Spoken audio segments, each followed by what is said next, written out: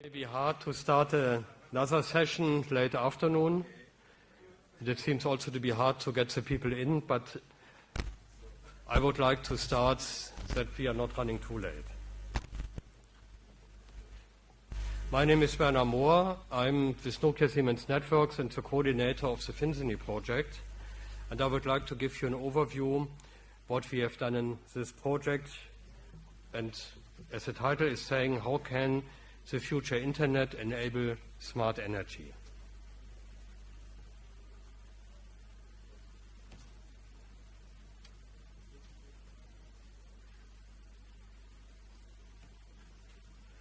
Only to see how to operate this. Which one?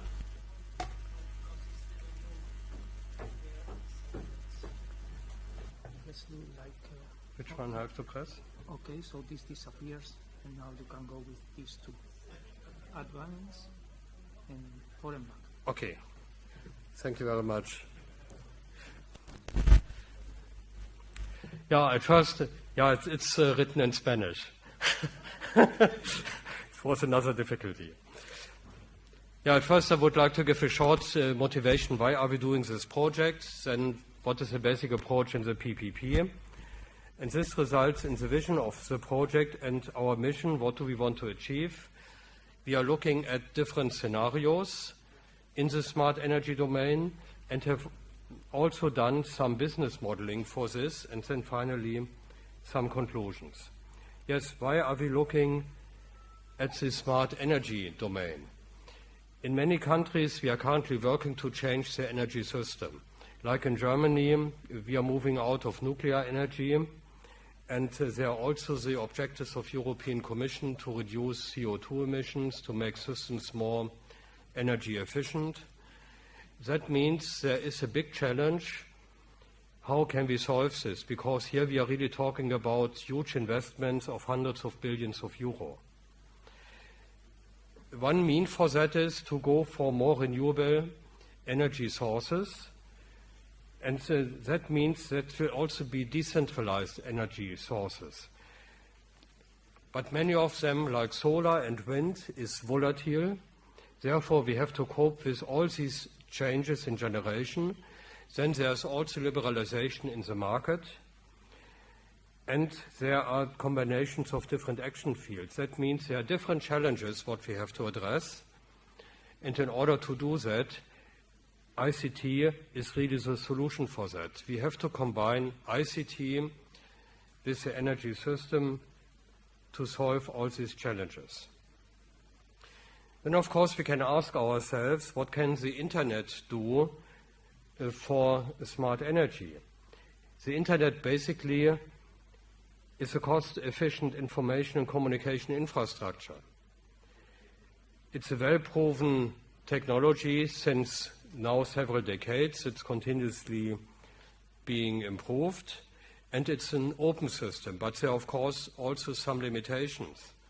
In the today's Internet, limitations are we have no guarantee in priorities, and especially in an energy system, there is quite often the need to react very fast. Therefore, information, for example, in case of faults, have to go through really fast. Latency is an issue. There are also potential security gaps, and that is something what we cannot accept, because energy is a critical infrastructure. Our whole economy and society depends on the availability. And also the ICT system is a critical infrastructure, and we are now combining two. And we don't want to get higher outage probabilities than each of the two has for its own. And therefore, and this slide is maybe more a view Internet from the technology perspective, not in the wider perspective, looking at potential services. But these are really weaknesses we have to look at when we combine a communication infrastructure with an energy infrastructure. And that means we have to look at certain requirements in the energy domain. What we need is definitely reliability of the energy system. We need safety. we need security. Security of the data transmission, that nothing can happen, that people cannot hack these systems. We need adaptability, because when we introduce more and more renewable energy sources, then this has to be done like a plug-and-play system. It would be too difficult to have huge operational issues. Therefore, the system has to be adaptable to new sources. Also, the utilization of these complex systems has to be as easy as possible. And we have to put some distributed intelligence into the system to measure data which are needed to control the overall system, to collect data, to process data. And everywhere the ICT is coming in. How can the future Internet, or how does the future Internet evolve in this direction? When we look at the connectivity part, which is here an important part of the overall system, we are getting new communication systems which are wideband, which provide low latency. That means all of this helps for the challenges we have. Internet of Things is an important element. We need a lot of sensors in these networks because many data have to be collected, have to be processed. And Internet of Services in order to put for the energy market services on top of the overall system. And many of these services can be hosted in the cloud. The data can be hosted in the cloud. Therefore, cloud computing is also an important issue. That means how can we enable smart energy by means of future Internet? That means we have to introduce end-to-end connectivity in the overall system. The overall management of the energy system in combination with the ICT system is an important issue. There, the future Internet does help. Then the service enablement, for example, for energy trading and things like that, is enabled by the future Internet and the distributed intelligence in the overall system. And finally, security and privacy. Because when we take all the measurement data, like for example the smart meters in the home, they also tell quite a lot about behavior of people. Therefore, privacy and security are a concern for many people. This is basically the background. We have seen this in several presentations today.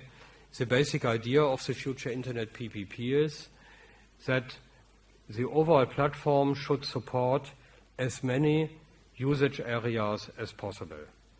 And this is a collection of that what we basically have in phase 1 of the PPP. And there are many of the generic enablers which can support the different use cases like cloud hosting, application service ecosystem, data context management, security, and so on. And that was the basic idea, to make a split between what is generic, what can be reused for many different use cases, and what is specific. In the area of smart energy, we are having, of course, both. We have, on one hand, smart energy applications, and we have the different smart energy scenarios in the bottom, and in between we have the ICT system, which is combining these different layers. And for the ICT system, we are on one hand relying on generic enablers where possible, but they are also complemented by domain-specific enablers, because there are many topics which are only, or many components which are only needed in the energy system, which may be reusable also in others, but currently we have this split. And this basically leads us to the vision, what do we want to do in the project and what is our mission. The vision is that we are working at a sustainable energy system in Europe, where we are combining the critical infrastructure with its requirements, reliability, security, with adaptive intelligence, and that should be enabled by the future Internet. In order to do that, our mission is to demonstrate by 2015, that at the end means in phase 2, how open future Internet technologies can enable the European energy system. And for that, we are looking at the different steps, what are the requirements, what is the necessary architecture to make this possible. And that we are doing in a consortium with partners from the different elements in the value chain, from IT to communication, energy manufacturers, energy utility companies, and the research domain. In this slide, we see the different scenarios we are investigating. We can start from the inner part, where we have smart buildings and electric vehicles. They are somehow connected to the microgrid. The microgrid is that part of the energy system which is coming close to the end user. The microgrid is connected to the distribution network, which is distributing on higher voltage levels the energy towards the microgrid in the direction of the end users. And around that, we have the electronic marketplace for energy. Because with all this intelligence, what we have in the network, we have, of course, possibilities for energy trading. The competition is easier possible, and that opens new opportunities. And in order to do this, we have the link between the future Internet and the smart energy, because you can imagine that all over the place we have to measure data, we have to process the data to optimize the system. And that we are doing in a four-step approach. At first, we are describing the scenario. What are the use cases? What are the actors? Based on that, we identify the requirements, the ICT requirements. And this also helps us to identify what is generic, what is domain-specific. Based on all of this information, we are developing the functional architecture for the different use cases, which can then be integrated in an overall functional architecture. And finally, evaluating trial candidates, and that was a work which was used basically for the preparation of a phase 2 proposal. Concerning the architecture, we were also cooperating with CEN, CENELEC, ETSI, with standards organizations. They are also working on architectural models. From our project, we contributed to that activity. And this model does also show the different layers. There is a function layer, what needs to be done, an information layer to collect data and transmit data. And, no, that's a communication layer. In the information layer, how do we process data? And further down is a component layer where we have all the elements in the network, which is on one hand the energy part and on the other hand the communication part. And based on that, we have developed a high-level functional architecture for this domain, where the different overall elements are included. We have not looked at the transmission network. The transmission network is really the high-voltage network, where we have, for example, 380 kilovolt power transmission. We have looked at the distribution network, microgrid, and they are, of course, connected. There is an aggregator which is collecting the data. There's also, for example, a metering operator operating all the meters, for example, in a city like Barcelona. We have also service providers for electric mobility, like also charging posts in the street or at home, where we of course need authentication for billing and charging, and also the operation of smart buildings. On the right side, we see also some major elements which play a role, like loads in the network, storage, we have the distributed energy resources, and so on. I don't want to go in detail to this diagram. It shows also a function layer for one specific element, its auto-configuration, and to show a combination of generic enablers and domain-specific enablers. For this function layer, we need addressing, we need a device description, we need registration and lookup of data, and role-based access control. And here you can see that out of these 4 necessary enablers, we can use 3 generic enablers and need 1 domain-specific enabler.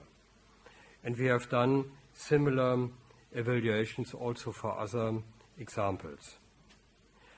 And in this case, the FI-PPP Internet of Things chapter plays an important role to support this functional layer.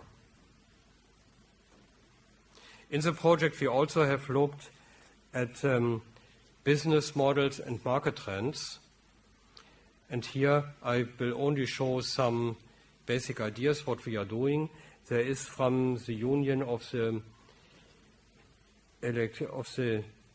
Electric Utilities a method for business models that we have basically used. And that means we are looking at the stakeholders and the business relationships in the overall context, and that we can do when we know the overall architecture. Based on that, we are doing use case business analysis.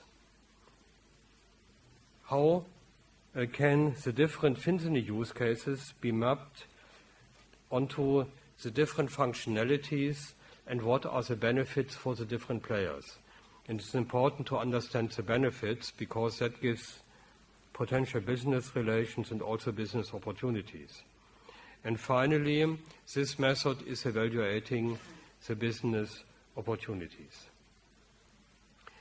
This is, of course, a busy slide, but it shows that for different cases, we have looked what are the different elements, what are the relations between the different elements, and these are, what is shown here, are contractual relations. These are not technical relations, these are contractual relations, for example, between a distribution system operator and an ICT service provider. This is also a busy slide. It shows part of the methodology, but what you can imagine is something like a tree structure. Here, it's starting from benefits. The benefits could be economic, it could be reliability, environmental benefits, security. And this is further splitted into the further elements, and then this can be mapped on users with new requirements and other potential players. And what is done here is to look for so-called clusters where certain benefits contribute, for example, to users with new requirements. Important is here to understand what are the benefits, and when we can identify sufficient benefits, then we can look for reasonable business opportunities. And that, for example, can then lead in identifying of business opportunities, what are relevant relations between certain players in this overall architecture. This, again, are the contractual relations between the different elements or the different players. And that helps to understand potential business models better in this domain. Some conclusions. what we have done in the project is we have collected and selected certain use cases. At the end, we have focused our activity to 5 scenarios, for which we have provided the use case descriptions. And based on that, the ICT requirements are developed, and that was the main basis for contributions to FIWare.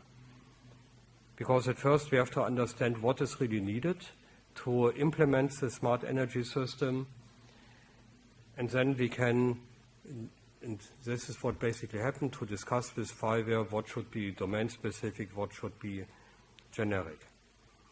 And basically the consolidated ICT requirements were contributed then to the activities in FIWare. Based on all of this preparatory work, the project has developed a consistent functional architecture for the different scenarios, and there we have taken into account the FIWare generic enablers, where we can use them to solve certain problems, and they are complemented by the domain-specific enablers coming from FINSENY. A part of our activity was also to prepare a plan for phase 2, which was then used to a certain extent by a follow-up consortium, but I think there will be more information tomorrow in the session about phase 2. And FINSENY is continuing to a certain extent. There is a follow-up project called FINESC, but it's not the same consortium. There is quite some overlap between phase 1 and phase 2, but there are also new partners in the phase 2 consortium. And what we are currently finalizing are the activities on the business modeling, and that is also an important step for phase 2, that we can really understand what are the roles of the different players.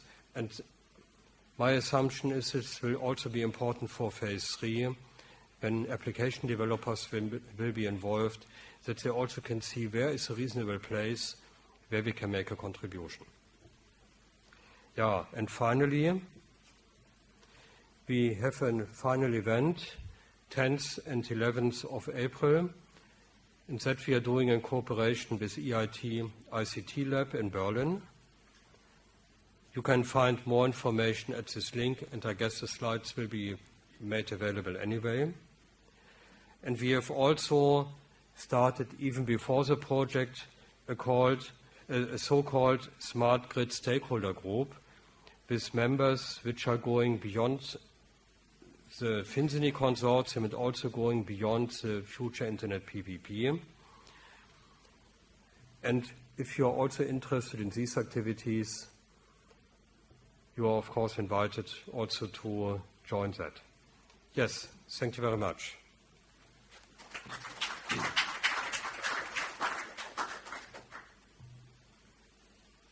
Would I continue?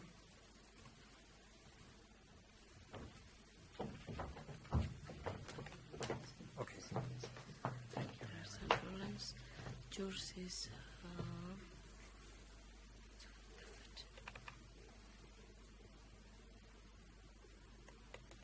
here you have. This is the first one? Yes. Thank you. So, good afternoon. I'm going to present you the Instant Mobility project. I have a few slides. I believe that at this time of the day I should try not to give you too much information. And anyway, there is a lot of deliverable on the Instant Mobility website. And there is a nice demo outside, 2 nice demos outside, out of the 3 demos which we realized for this project. So, apart from what I'm going to give you now as a summary of the project, I believe that it will be best for you to see through all these materials and to come and see us and have the live prototype demonstration outside. Okay? So Instant Mobility is a project, which had for objective to define requirements for enhancing mobilities in the city. The initial idea was to say there is many ways to have better mobility in city, both for people and for goods. And therefore, for this, Instant Mobility was looking at creating and analyzing a set of innovative lead scenarios and study the non-technical requirement for it. There has been some social studies, some polls, important polls in the various cities involved. I'm going to through that rapidly later on.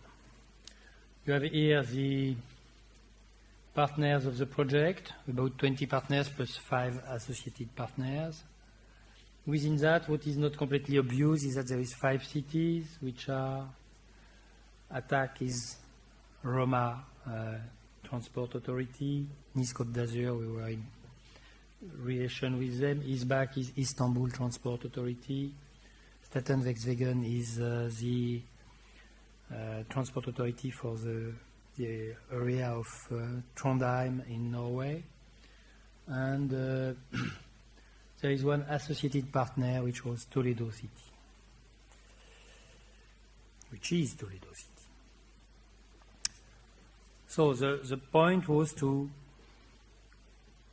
look at the way to interconnect or to act simultaneously with all the urban transport actors, plus the traveler, plus all means of transportations, and to share a rich pool of real-time information about the itinerary of each traveler, the information about goods shipment in cities and vehicles, and using all this information, optimize the use of transport means in the city.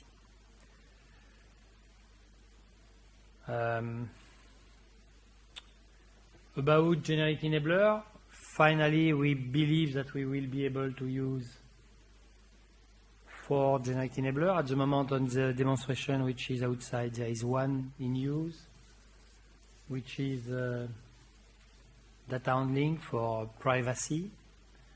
The picture is stored in the privacy part of the data handling components for privacy conservation, and it is shown only when the authorization is given by the system. Okay. The other one which we intend to use but which we have not been able to implement yet, and we believe some of them may be implemented by the end of March, is identity management for login authentication, object storage to store traveler itineraries, and connected device to communicate with mobile sensor in a uniform way. Traveler itineraries, for example, what we want to do once we have got the traveler itineraries is to anonymize them and provide them to the platform system so that other users, other services can use the information in a safe way. So this is a very simple picture of the demo you can see outside. This is the first scenario of the 3 scenarios which have been identified initially in September of the first year. We identified almost 60 possible services, and we reduced all that to 3 scenarios which were addressing the most interesting ones. So the first one is multimodal travel in cities. The purpose is to be able to provide the city with a situation of all travelers and all means of transportation in real time, and to follow all these people, so that we provide to each of them a specific itinerary fully optimized. And from the city point of view, it is possible to optimize the way transportation means are used, including the fact that we are following all these travels in real time and providing means to have mixed travel using both public and private transportation means, including private cars for people who are adhering to the system. After that, of course, entering the system may be done by various ways. either by incitation of the city or because it is providing some rewards to the people using it, either in time of transportation or sharing the cost for people doing carpooling. Okay? So this demo is the one you can see outside, one of the three you can see outside. The result for that will be used as part of the various smart mobility offers in smart city. We believe that in a few years from now, with or without FI-PPP, let's say in 10 years, this will be the way people will move by asking a specific itinerary for them with their specific requirement for now, their preference, the fact that they are with their kids or with a bicycle or that it is sunny or raining, and therefore they prefer to take a bus or to take the metro, or etc., including all means of transportation. The prototypes you will see outside is going to be extended to what we call on-demand transport, either for people which have difficulties to get transported, like handicapped people, or people which are in rare, in scarce area where there is few transport possibilities and therefore they have to call for it. And we will also extend that to multimodal hub, which is a tendency for transportation today, where you have all the means of transport sharing together, meeting together. This is for scenario 1. Scenario 2 is a scenario related to smart city logistics. If we have this information about people, we can also deliver the parcels or the logistics based on this information about where they are at the moment where they are. Not only if we know that they are at their workplace, but how long they will be there or where they are when they are moving around, and to have some kind of rendezvous between the people delivering the parcel and the person collecting it, or some kind of rendezvous between the various trucks having the parcels inside the truck by sharing the part of the deliveries with respect to the geographical areas. So this demonstration you cannot see here. It was shown last Tuesday, and for various logistic reasons it was not possible to have it today here. So what they do is what we call load sharing and optimization, the fact that you can share between various operators of transportation the load to be delivered in some more intelligent ways than packing this into a truck and trying to deliver it and going 2 or 3 times and then leaving a message to say, come back and fetch your parcel. Dynamic time place drop point, what I said before, when you know where the 2 people are dynamically having a rendezvous. Itinerary booking in real time and optimized route navigation. Okay? And there is a last issue, which is for professional driver, eco-optimized driving, where the throttle pedal is managed by the consumption of energy, but it is less future Internet. Okay, so the demo which was shown was showing an example of dynamic drop point, and there has been a movie, so a movie will be put on the website of Instant Mobility as soon as we have processed it. Okay. Okay. Third scenario is about putting the infrastructure of transport as a service in the cloud, or part of it in the cloud. At the moment, using the infrastructure for signaling on roads is a rather heavy one, where you put a computer at each crossroad for each red light, etc., etc. And if you do tracking in each lane of a main road, you have to put a lot of computer. All this can be now put into the cloud in some way. It means that you have a virtual infrastructure for computing, and you just leave some sensors locally. This is a demo which is shown outside, and so you can also have some information about it. So the features are traffic control in the virtual environment, secure virtual signal controllers, and 3D realistic models for driving simulation. These are the benefits for this part. Okay, seamless installation. You can easily add more computing for more crossroads. Reduction of maintenance, easy repair, scalability, the kind of thing you have with the cloud. Okay. In instant mobility, we have been considering a small number of stakeholders, mostly what we call multimodal travelers, the car driver and the passenger, and the transport authorities, plus the truck fleet operator within scenario 2, and the road operator and traffic manager within scenario 3. And we have tried to provide answer to common problem rather at the scale of wide regional cities addressing this kind of stakeholders. And this is the end of the short presentation I promised you. So if you have questions, don't hesitate to ask them on the booths later on. Thank you.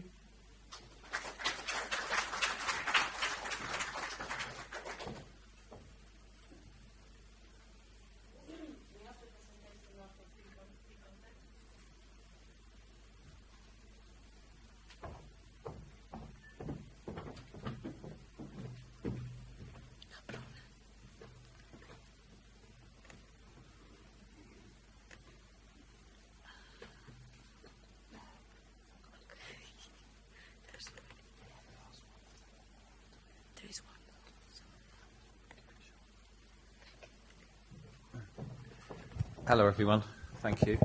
I do promise, like others, I'll keep this short because it's getting very late. I'm George Wright, I'm Head of Internet Research for BBC Research and Development, and I'm Work Package Leader of FI Content. I'm going to talk to you a little bit about FI Content, what we've done, why we've done it, and what we're going to do next. We've got 5 content areas in Future Internet Content Project. Content uses the existing internet in many ways. We think it's one of the main reasons consumers upgrade their fixed line internet at home. It's one of the main reasons they want LTE on the move. It drives hardware sales, and it's an increasing percentage of total internet traffic. We shift content around. The BBC runs a very, very large closed network within the UK to push our programmes around. We'd love to replace that with the open internet. Many of our other partners use legacy systems to distribute their content. We have a number of serious challenges with the existing internet.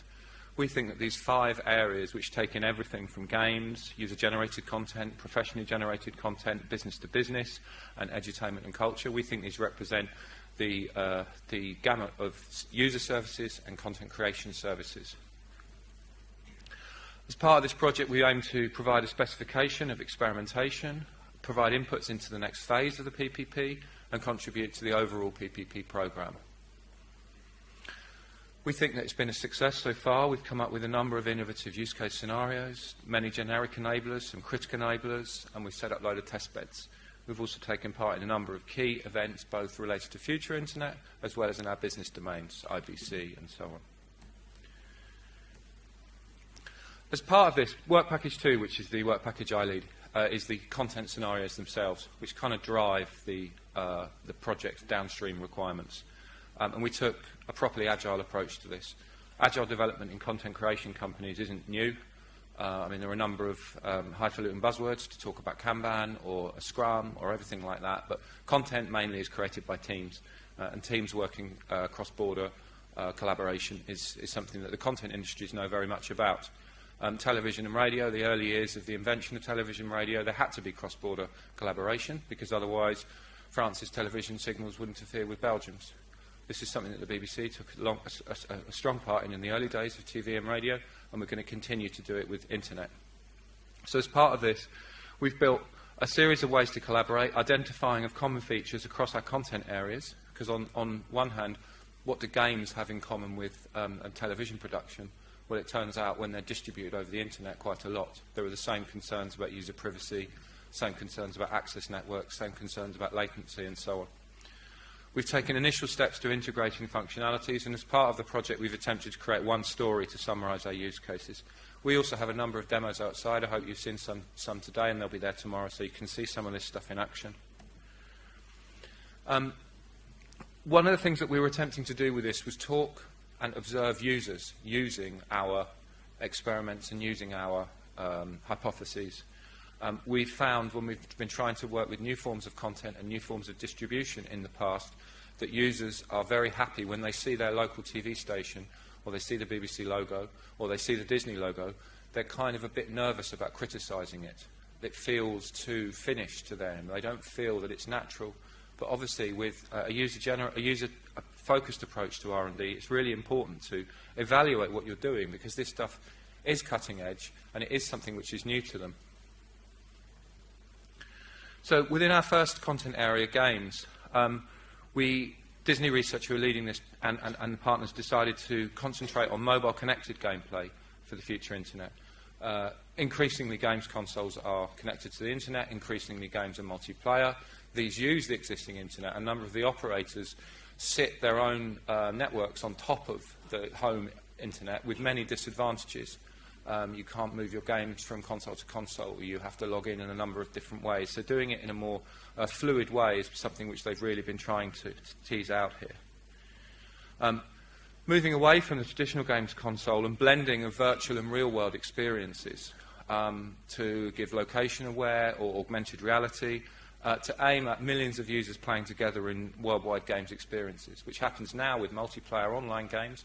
But with part of this, we want to investigate where the physical meets the virtual. As part of all of our work on this, we've done a lot of state-of-the-art reviews, and we've also done some relatively traditional dissemination.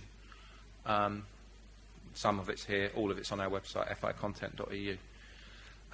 One of the scenarios which Disney Research were working on with this is digital pets, which exist both in the physical world and in the digital world, and networking them over the open internet, and also giving interoperability. You know, many of the problems that we're attempting to solve with this could be delivered today if you were using a legacy closed platform. And I'll talk about closed platforms when I come onto the professional content area. But with this, we're trying to open it up so that it works over the open internet. Within professional content, content discovery, as in the ability to have something recommended to you, if you have a vertical platform in your home, Sky or whatever, there is a fairly straightforward way for the operator and the set-top box and the platform to work together. But that means if you move providers or you go to your friend's house, you've got to start from scratch. They are very, very segregated. And so what we've been attempting to do with this is build something which works whatever platform you've got, whether that's over the air, over the internet, or increasingly as a hybrid. You can see here some of the prototypes which we did as we were progressing through this, examining multi-view of live TV, second screen not just as an extra consumption method, but the ability to add things to it. And this is something that we keep coming back to. The internet is a two-way system. So for traditional content providers, it's just been push with maybe a little bit of voting. But with this, we've been attempting to build low-level systems and protocols which allow much more enhanced interaction and much more exciting interaction. And I'm going to get a bit of that water.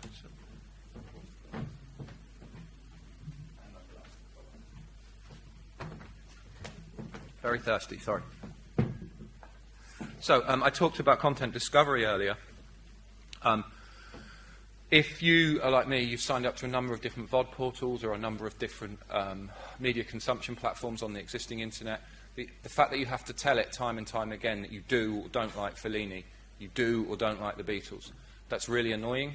It also provides quite a high level of barrier to entry for new players in this sphere. So we want the ability to mix and match content discovery, recommendations and so on across platforms, but taking on board what users' privacy, what they think when this happens, because this is something that we've really been focused on with this. The ability to add extra content. So this isn't necessarily new, but it's new to do it in ways over the open internet, and it's new where we've been able to mix user-generated content with professional content. Enhanced content, second screen stuff, some existing state-of-the-art is interesting in this area, but we see that there are a number of barriers which they're hitting.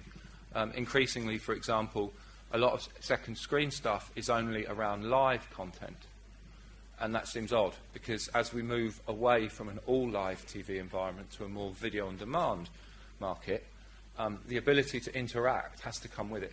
Because otherwise people, when they're watching live content, they can interact, but when they watch your VOD content, they can't. And that seems to be a strange message. So as part of this, we've been treating live and VOD as assets which are distributed over the internet and which can be interacted with in similar, if not exactly the same ways. So I talked a bit about user stuff and privacy. You know, this is something which we're really focusing on now. Once IP-enabled TVs are in and are switched on in every household, concerns about privacy will start migrating onto television. And what we've seen with the number of user studies that we've done on this is that users are much happier giving away their privacy, or certainly degrees of it, when it's on the web and it's a web browser.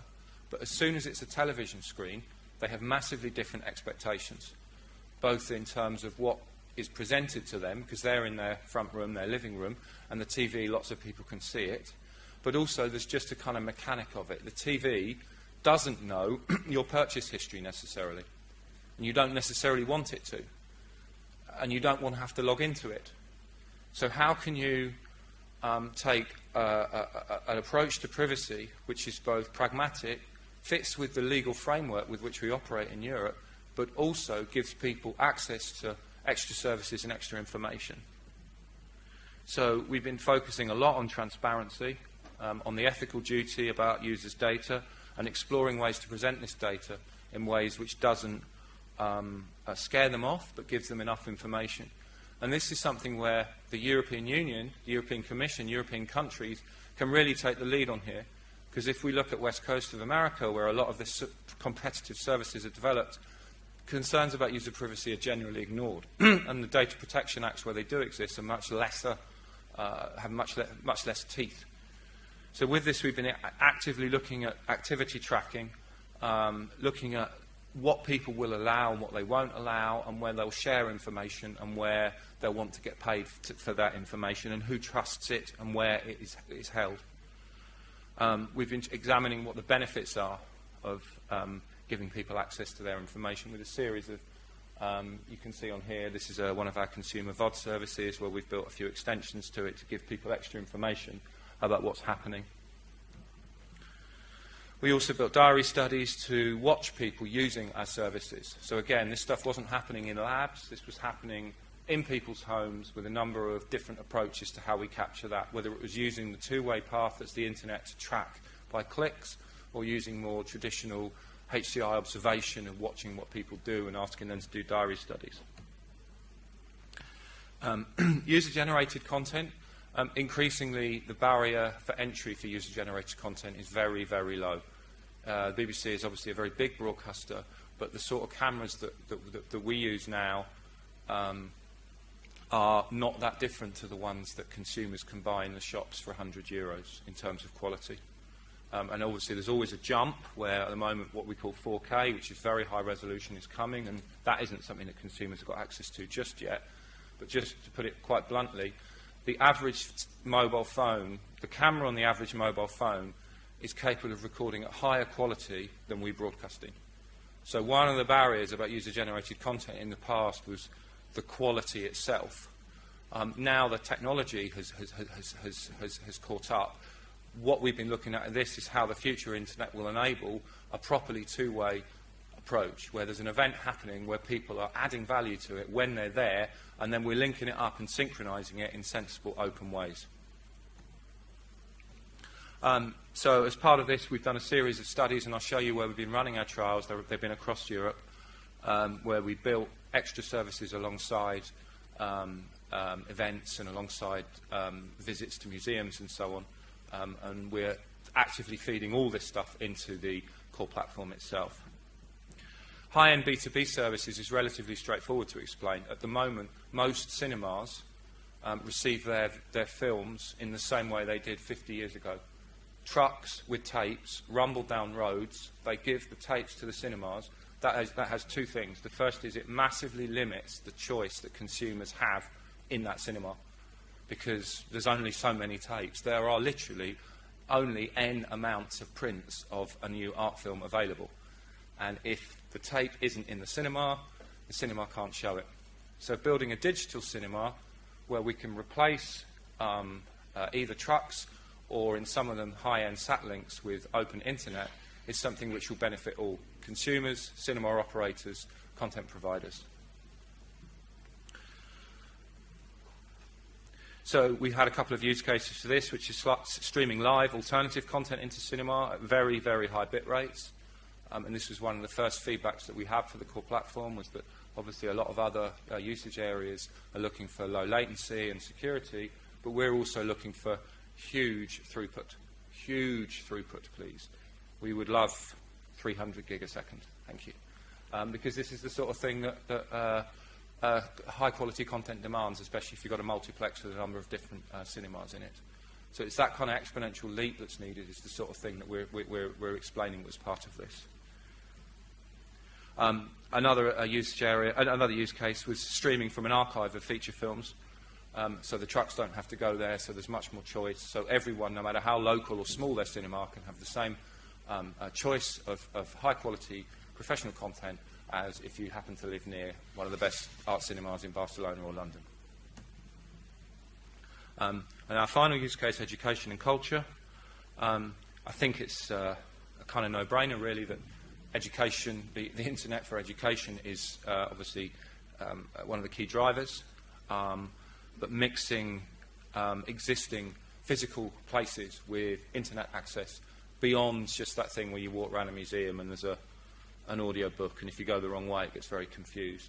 You know, actually coming back to this thing about the internet being essentially, by definition, two-way, and what can we do with that?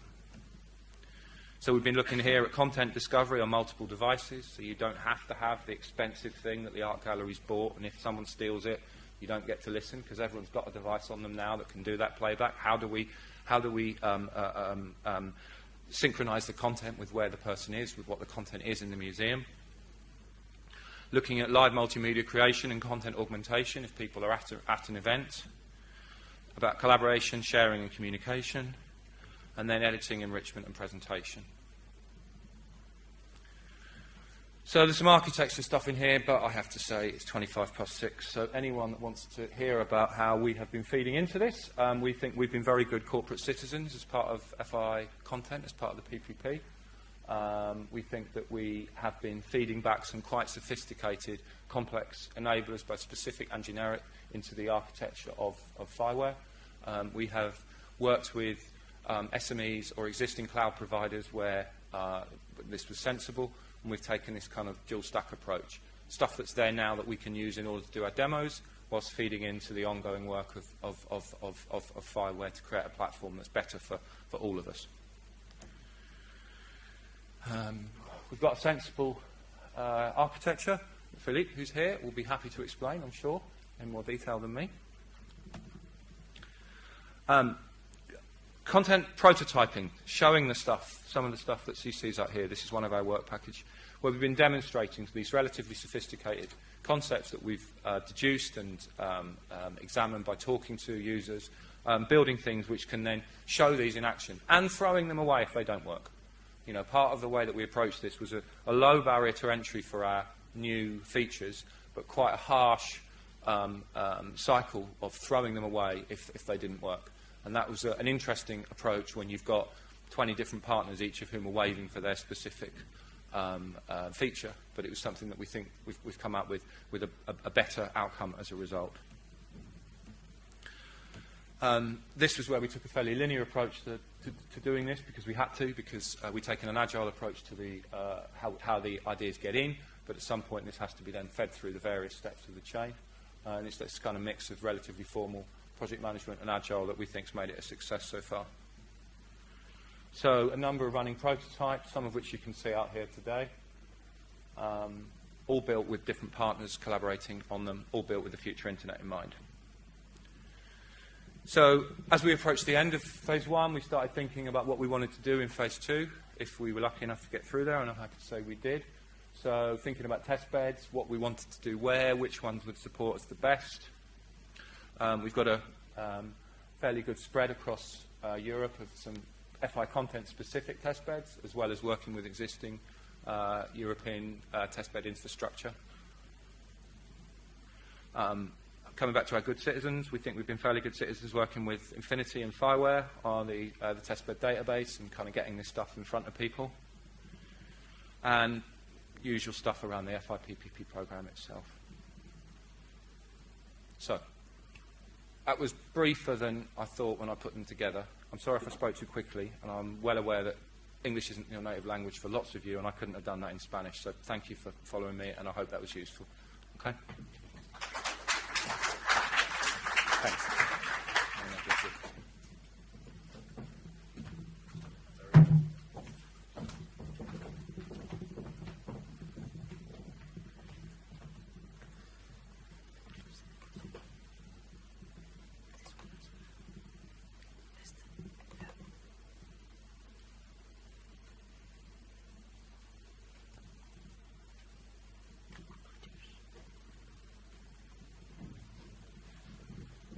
Okay, hello, good afternoon. I think this is the last presentation, but not least, hopefully. Well, what I'll try to present today here is what has been the main result of SAFECITY project. I'll try to go through different slides, just talking about that. Well, just preliminary some figures about the project. Well, it started the 1st of April 2010 and will run like the other use cases for 24 months. About the concept of SAFECITY, I would like to say that SAFECITY aims at making public safety capability smarter, taking advantage of the internet networking and also computing technologies. The main objective here is to help the different public safety agencies sharing, analyzing data in a more efficient way, and in order they can use in a very better way in the command center, processing all the information and take correct decision on time. So SAFECITY run under 4 different functionalities. The first one is situational awareness, where you deploy quite a lot of kind of sensor around the city. You can use different sensors, for example, to test the temperature, the CO2, or whatever. But also, this project is based on CCTV cameras in this area. Other important issue is the ad hoc network, just to empower the capacity in those areas where you need, for example, more demand of bandwidth or capacity, but also to replace those specific points that maybe where the communication are destroyed after an incident, for example. Alerting citizens is another functional area which is quite important for us. Coming from the traditional market where the public safety basically is based on just to call different citizens one by one, just to say, just you have to evacuate this area or whatever. We would like to introduce new technology here in order to do that in a more smart way. Finally, the command and control application, where you can process all kind of information for the public safety operators. So, yeah, for example, you can imagine one police, for example, looking at quite a lot of screen in front of him, just looking for something that appears for 1 or 2 seconds in one screen.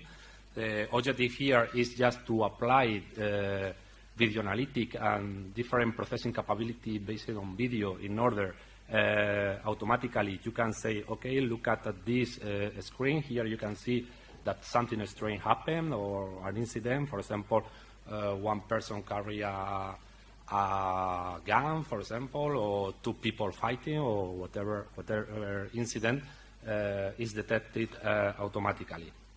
Well, this is the 4 functional areas. We have collected here requirements from safe main European cities where we have collected all the requirements, and we have been working with them hand by hand, mainly from the Madrid City Council, where the police is part of the consortium, but also in Stockholm with Atunda Fire Brigade, Bucharest, Athens, who is Kimea is part of also the consortium, is the research part of the police, Helsinki, and a little town in Portugal called Óbidos. Well, about the technological challenge, it was previously I have discussed about that, is to enhance in some way the different command centers, and also to improve this kind of processing capabilities, and also to improve the reliability of the communication and the alerting system to the population. And the technological challenges here is just how to integrate all this technology with fireware architecture and technologies, and also put together different specific enablers that we have already developed under this project, and put together with the generic enable from fireware, and do all those integration work properly. And also cloud service management, IoT, data fusion, interface to the network. Security is also is an important issue just when you transfer information from one point to other, and also quality of service over public network. The main outcomes of the SAFECITY project are among the different requirements that we have collected from different public safety agencies along Europe, has been the development of 9 different applications. The first one is the video analytics, where we have modeled different patterns in order to identify, for example, that different people are fighting, or, for example, one specific pattern just to detect or faces or face recognition, or just to see that you cross one line, one specific line or whatever. The adult network is what I said, is one specific application. In fact, is the development of one node just to increase the capacity, or just to put together around different sensors where not, for example, no coverage at all in the communication area. There is no communication at all, and you can put this kind of adult sensor in order to collect the information from the sensor. The real-time 3D, well, the sensor gateway sensor gateway collect all the different information from all different sensors and integrate all of them in order to send to the information to Internet. We will see that we can see here some kind of also of pre-processing capabilities. Real-time 3D positioning is another application developed by Thales. Road and environment sensor, information security, as I said, data fusion, all the information that are being analyzed is also we have different sources, so we can integrate different information coming from one source with the other one, and we can extract additional information, different add value. For example, imagine in Madrid, for example, in Plaza Mayor in summer, the temperature is almost 40 degrees. You see one person walking around. He's wearing some coat, for example. So you can detect, from one source, you say the temperature is 40 degrees, and you see one person with a coat. Maybe something strange happen. One alarm, for example, can appear just to inform the police, look at this person, maybe something strange happened there. Well, this kind of information. The decision support system as well. Also one smart application where we have tried to introduce here the role of the citizen in the public safety domain, in order they can, for example, if they are in a street and they see one people that try to force a car, or maybe he's trying to steal something, or to pick one pocket, to pickpocket or whatever, you can record that person. You can send the information directly to the SAFECITY server. Later on, we can process all this information and just to see what is happening, and maybe you can, an alarm also happen at the command center and say, okay, the police, please send one police there to that point to see what's happening. Well, this is the more or less the application. Here we can see what is the logic, because in the command center we have different applications: the decision support system, video analytics, data fusion, and 3D mapping. In the lower part, we have around the city all the different sensor and CCTV cameras. Well, this is the main framework of the project. Here, SAFECITY project has carried out has carried out one proof of concept right now, and the second one will take place next week in Madrid. The first proof of concept was in Stockholm, in Arlanda Express train, high-speed train. Well, the goal of this proof of concept was, first of all, to validate FIWARE architecture, also to validate some of the FIWARE generic enable, and the third point was to validate the current operation of the different SAFECITY application. That here you can find the list of the final application that we will test it here. But I have to say that in this sense, SAFECITY was the first project testing FIWARE in a real scenario. That it was here in Stockholm. And well, the scenario basically is described here.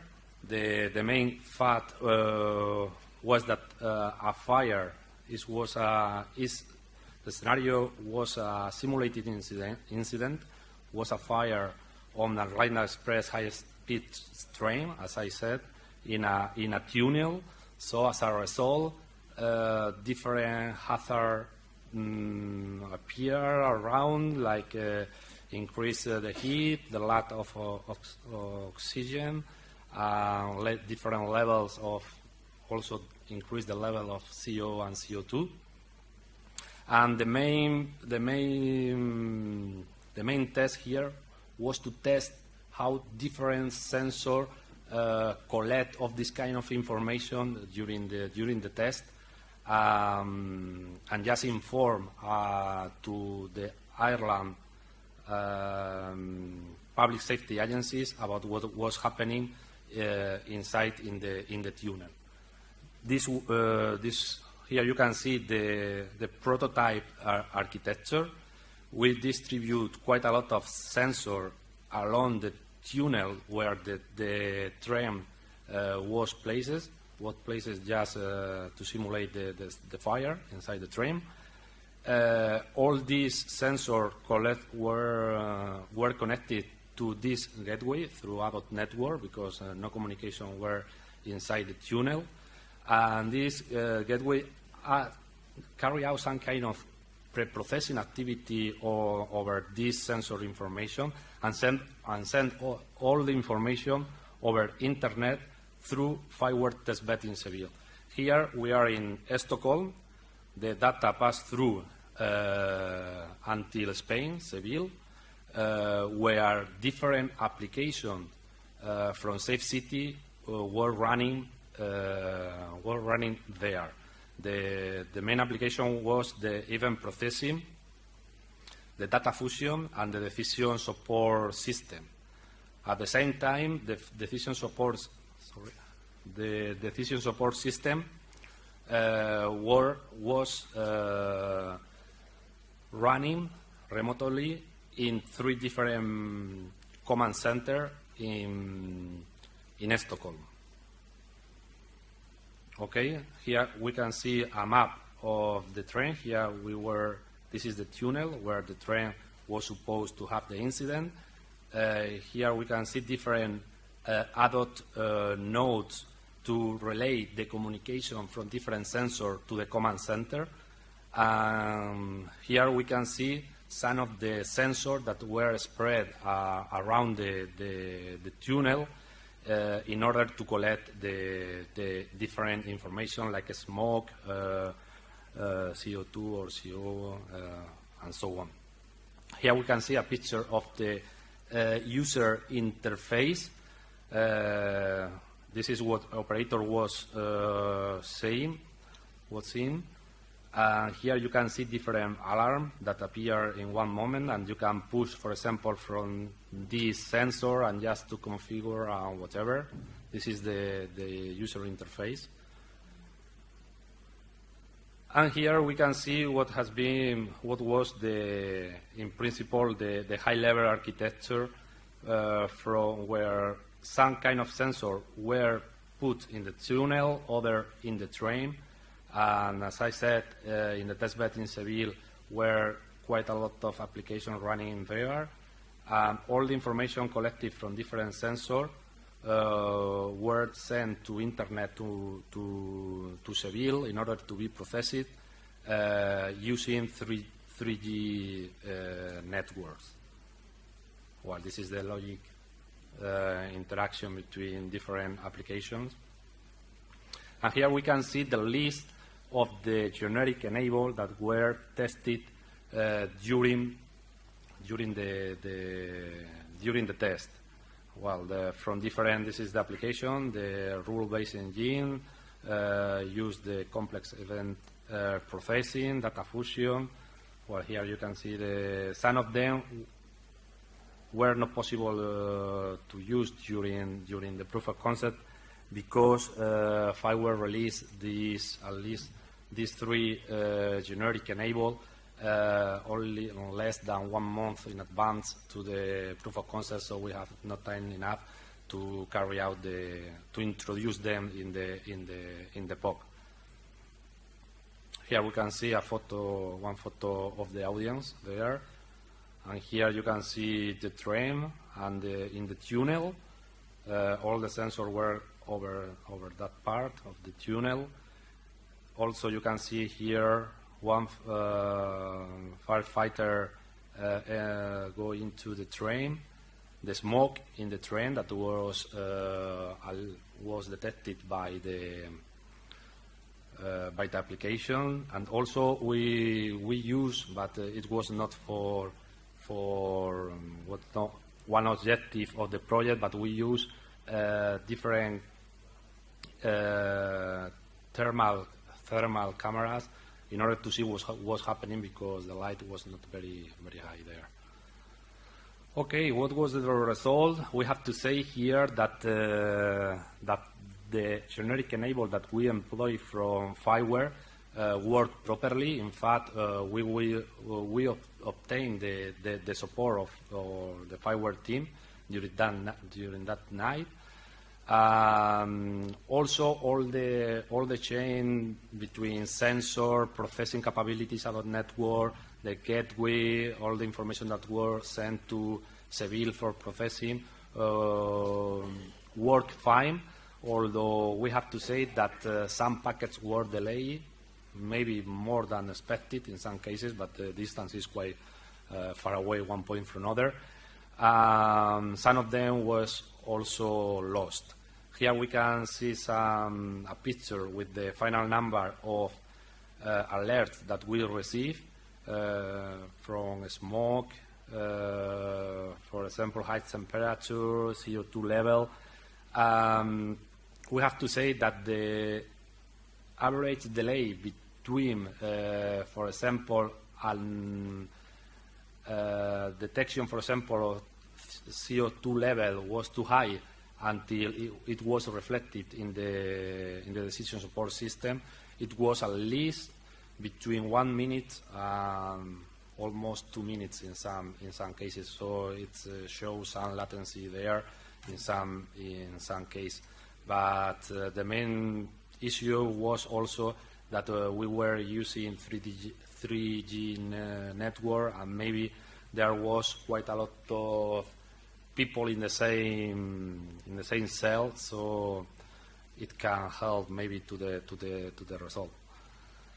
Well, this is regarding to Stockholm proof of concept. As I said, what's based on analyzing different kinds of sensor, and the second proof of concept that will take place in Madrid next week, more in detail next Thursday, will take place in Montera Street, and the focus of this trial is quite different from the previous one.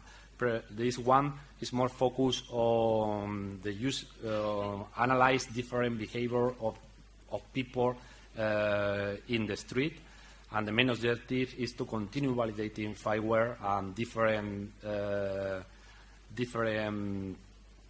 generic enable as well that we have in mind to test there. Here we can see what is the list of the application that we will have the intention to use there, as more or less the same. We will use the rule-based engine, the smartphone application, just in order some police we will send some information from the mobile to the command post in order to see what is happening, in order to show one incident. The gateway, the data fusion as well, the decision support system, and here the most important one will be the video analytic application. All the cameras, for that we have installed 4 different cameras along Montera Street. You can see here in this picture where the cameras is. Montera Street, this is a map of Madrid city center. This is Montera Street. All the information will be collected in FINSENY, who is the command center of the Madrid police. And here we can see the cameras that we have already installed, just in the same position as the original one, in order to carry out the test. About the scenarios that we have the intention to test there, regarding to video analytic will be face recognition from different criminals. For that, we have set up a fictitious database with some people from the consortium. We have called them, or we have modeled them as a criminal. So the fact is that when he is moving around, one camera detects the face and compare with the databases, and he say, "Hey, this is a criminal," and inform the police about that. Also, orphan object. This trial, this part of the test consists of one person that, for example, leave one bag in the street suddenly, or a bag or whatever, and just leave. Maybe it contains something dangerous. So the application, after 5 minutes, for example, or 2 minutes, you can adjust the value, inform the police, look at this bag, is there for 5 minutes, take a look and see what happened. Also the intrusion in one specific area, loitering of people around one specific area. Imagine, for example, a cash machine. People are trying to withdraw some money, and there are quite a lot of people working around. This kind of information is also sent to the police just in order to see what's happened. Some kind of the similar application we will, or analysis, we also carry out using a smartphone from people that collect information in the street and send all this information to the police.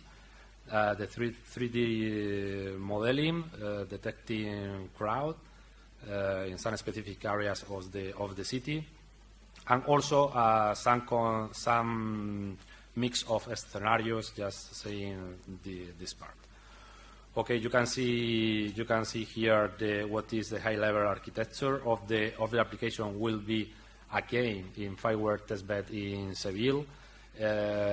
However, the gateway, different cameras that we have already installed, will be in Madrid, in Montera Street.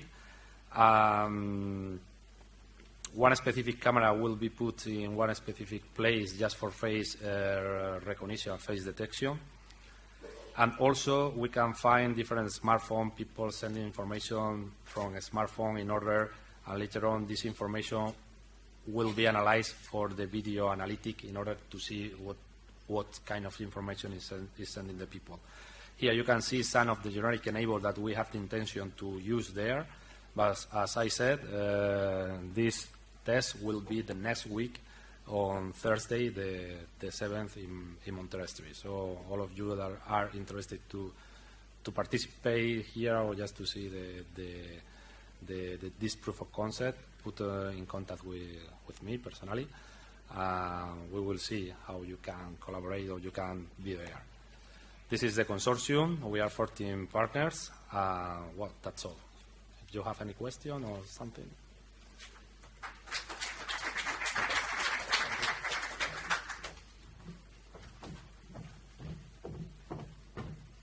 So thank you, everyone. Just to close the day, I know it's late. It has been a long day.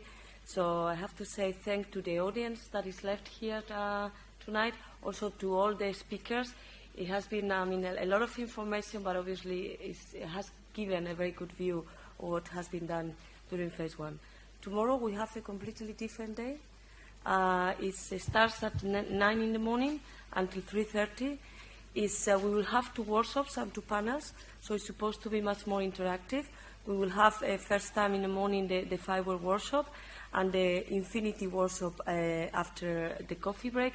And then we have 2 panels, 1-hour panels, one focused on the users of the program. So we will have users of different phases in the panel. And the final panel is about the upcoming phase 2 projects that are at the moment in negotiation, that will give us an idea about the opportunities to engage with them, and we will end up with information about phase 3 from the European Commission.